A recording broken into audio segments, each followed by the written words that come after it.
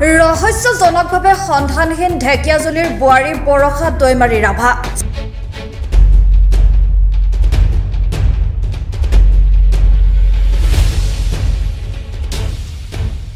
4 বছৰীয়া কণমানি সন্তান এৰি 10 দিনে সন্ধান নাই ঢেকিয়াজুলিৰ বৰষা দৈমাৰী ৰাভাৰ।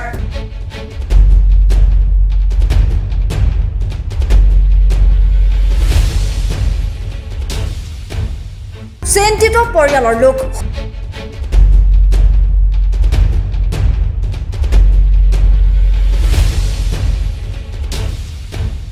সুসূত্ৰ পোৱা নাই আৰক্ষীয়েও।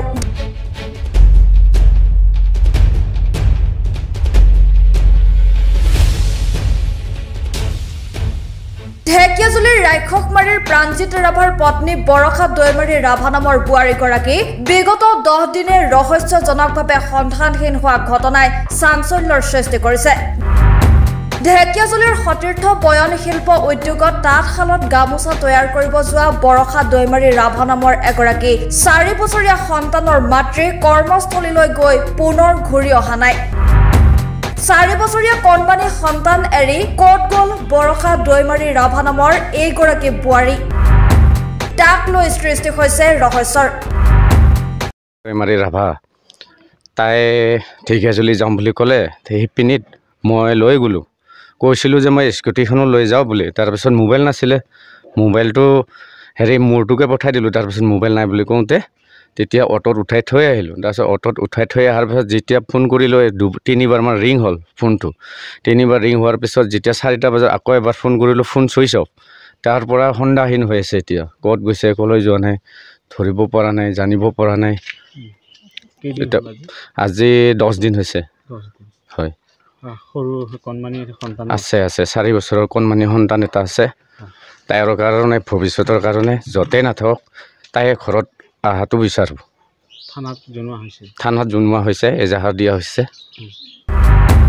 পৰিয়ালৰ লোকে ইতিমধ্যে বিচাৰ খোচাৰ কৰিছে যদিও কোনো সুসূত্ৰ পোৱা নাই। বোৱাৰীগৰাকীৰ মোবাইল ফোনো বন্ধ হৈ আছে।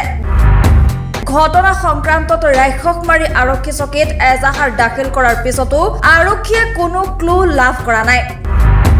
শোণিতপুৰ জিলা ৰাভা ছাত্ৰ সন্থাই আৰক্ষী প্ৰশাসনক ক্ষীপ্ৰতাৰে অনুসন্ধান কৰি বোৱাৰীগৰাকীক উদ্ধাৰ কৰাৰ দাবী জনায়।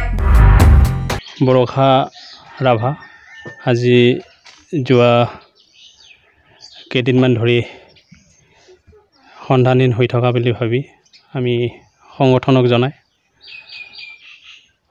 জনোৱাৰ লগতে আমি আজি আহি বাসগৃহত উপস্থিত হৈছোঁ।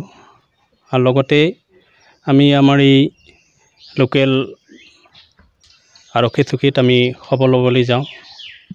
তেখেতসকলক সুধিবলৈ লওঁতে তেখেতসকলে কয় যে আমি যিমানখিনি পাৰোঁ আমি তদন্ত কৰি আছোঁ।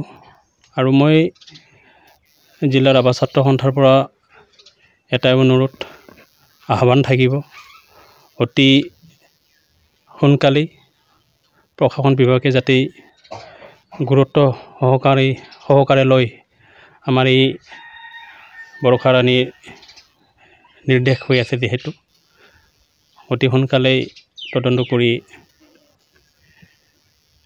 কৰিব লাগে। ঢেকিয়াজুলিৰ পৰা হৰেণ ভূমিজ, দৈনিক অগ্ৰদূত ডিজিটেল।